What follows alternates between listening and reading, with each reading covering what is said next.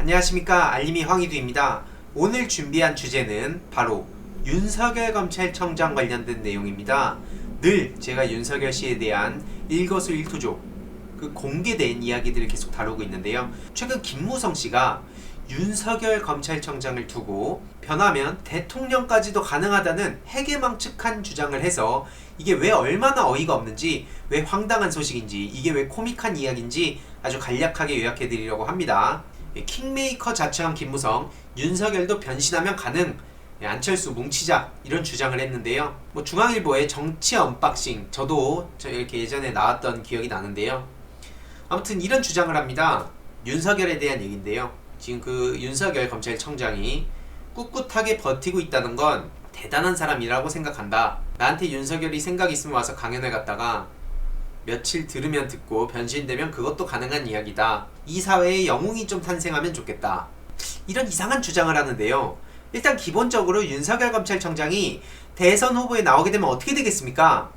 일단 다른 거 다 떠나서 지금 장모의 장고증명서랑 그리고 부인 김건희 씨의 여러가지 의혹, 혐의 아직까지도 제대로 수사가 진행이 되고 있지 않습니다. 여기에 덧붙여서 공수처 1호 대상으로 거의 유력하게 거론이 되고 있는 상황인데, 이런 상황에 무슨 대선 주자요? 아니, 이게 참 납득이 안 가는 게 뭐냐면 우리 국민들을 그만큼 우습게 한다는 겁니다. 그리고 오히려 지금 이게 미래통합당 측하고 같이 이젠 발맞춰서 움직일 수 있겠다라는 합리적 의심까지 가능해진 이런 상황이고요. 또 중요한 것은 제가 예전에 실제로 이렇게 마주쳤던 순간에 대해서 말씀드렸을 겁니다. 설해마을에서 밥 먹고 있는데 바로 옆에 윤석열 씨가 지나갔는데 바로 마스크도 안 끼고 이렇게 양옆에 딱 본인 아는 사람들 딱 끼고 팔자 좋게 뒷짐지고 걸어가면서 웃고 있던 모습이 아직도 생생합니다. 코로나 시국에 지금 국민들은 이렇게 마스크가 불편하다 하더라도 마스크를 매일매일 끼고 다니는 이런 상황에 정작 고위공직자인 이 공무원이 마스크도 안 끼고 이렇게 돌아다니는 현실에 대해서 얼마나 많은 그 국민들이 허탈함을 느낄까요? 이게 실체입니다. 이게 현실이고요. 이런 부족한 정무 감각을 가지고 대통령이요, 단순히 정무 감각이 문제가 아니라 공수처 1호 수사에서 바로 처벌받아야 될 사람이에요. 지금 참 김무성 씨도 감이 많이 죽으신 것 같습니다. 네티즌들의 반응도 비슷한데요. 윤석열 실체가 밝혀졌다, 이렇게 욕을 하시는 분도 계시고요. 게다가 한명숙 사건 검찰청장이 이 최근 제가 한동수 대검 감찰부장에 대한 이야기를 다뤘을 겁니다. 또 제동을 걸었다는 내용인데요. 지금 한동수 대검찰청 감찰부장이 이 수사팀 감찰에 착수했지만 제동이 걸린 것으로 확인이 됐다고 합니다. 이 윤석열 청장과 한동수 부장은 지난 4월 채널A 검사장 유착 의혹을 두고도 한 차례 충돌했었다고 하는데요. 중요한 것은 이 간부급 검사에 대해선 감찰 개시 사실과 결과만 총장한테 보고하도록 한 감찰 규정을 들어서 감찰부장한테 감찰 개시권이 있다고 본다는 입장입니다. 특히 감찰부장이 감찰을 개시할 수 있는 권한조차 없다면 청장 본인하고 측근 감찰이 어떻게 이루어지겠습니까?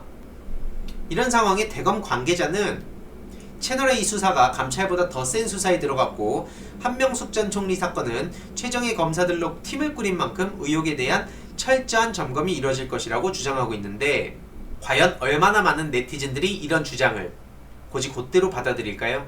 여전히 엄프라는 이 습성은 버리지 못한 것 같습니다. 중요한 것은 검찰과 언론이 똘똘 뭉쳐있죠. 특히 검찰은 검사 동일체의 원칙, 그리고 기소독점주의, 기소편의주의, 이 막강한 권력을 가지고 언론에다가 멀쩡한 사람도 범죄자로 만들어왔던 게 그들의 관행이었습니다. 중요한 것은 이게 서서히 무너져가고 있는 상황에 윤석열 검찰청장이 거의 대표 적폐 검찰의 아이콘이 된 이 현실에 어떻게 김무성 씨 주장대로 대권 주자가 될 수 있을까요? 네티즌들도 한 부장은 감찰권을 적극 추진해야 된다. 아니, 실제로 검찰청장도 감찰 대상인데 이참에 청장도 감찰해야 된다, 이런 주장을 오히려 불러온 상황이고요. 최정예 검사들로? 그럼 나머진 들러리냐? 그리고 그 양반이 누군 줄 다 아는데 뭘 한다고? 이런 식으로 주장한 네티즌도 있었죠. 이외로도 공수처 1호 사건으로 배당해야 된다, 정치검찰들 아웃을 외치는 사람도 있고요. 감찰도 청장이 허가해야 된다? 그런 나라가 어딨냐? 감찰은 검찰 내 독립기구다. 조사 후 청장한테 보고만 하면 된다, 요런 주장을 하시는 분도 계셨고요. 이 검찰에 대한 비판의 목소리가 굉장히 많은 걸로 보입니다. 특히 이 윤석열 장모의 사문서 위조 사기죄보다도 윤석열의 직권남용죄가 더 중죄다 라는 주장에 많은 네티즌들이 공감한 모습도 보입니다. 결국 윤석열 부인 김건희 그리고 윤석열 장모, 이들의 실체에 대해서, 이들의 범죄 행위에 대해서 명백한 진실이 밝혀질 그날까지 저는 계속 목소리 낼 예정이고요. 여기서 절대 빠질 수 없는 인물이 한 명 또 있죠. 바로 나경원 씨입니다. 저는 나경원 씨 고발 일지 여러분들이 보기 편하게, 그리고 주위에도 캡처해서 공유하시기 편하게 이렇게 직접 고발 일지를 제작했고요. 앞으로도 이외로도 곽상도 그리고 윤석열 의혹 이런 내용들도 짤막짤막하게 이렇게 정리를 해서 캡처해서 공유하시기 편하게 또 제작 중입니다. 게다가 검언유착 현직 검사장 확인, 한마디로 한동훈 검사장과 채널A 기자의 5번 이상의 통화를 했다는 게 최근 보도로 또 나왔는데요. 최근 윤호중 법사위원장이 새로 선출이 됐습니다. 이 한동훈 검사장과 이동재 기자의 내용은 제가 빠른 시일 내로 더 구체적으로 정리해서 공유드릴 예정이고요. 그리고 또 저를 고소한 곽상도 씨에 대한 일지도 제가 공유해서 요약해서 공유드릴 예정입니다. 그리고 이 윤호중 사무총장이 이번에 법사위원장이 됐는데 이게 얼마나 큰 영향을 끼치는지도 믿고 지켜보시면 좋을 것 같습니다. 욕설을 하던 이 여상규 씨와는 전혀 비교도 안 되는 정말 엄청난 분이 이번에 법사위원장이 되셨기 때문에 21대 국회 정말 기대된다는 점 다시 한번 말씀드리고요.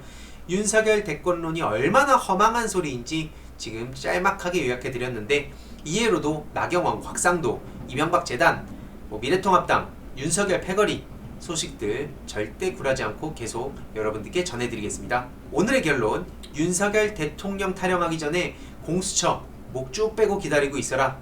21대 국회에서 검찰개혁만큼은 확실하게 추진될 것이다. 이 내용도 주위에 널리 공유 부탁드리겠습니다.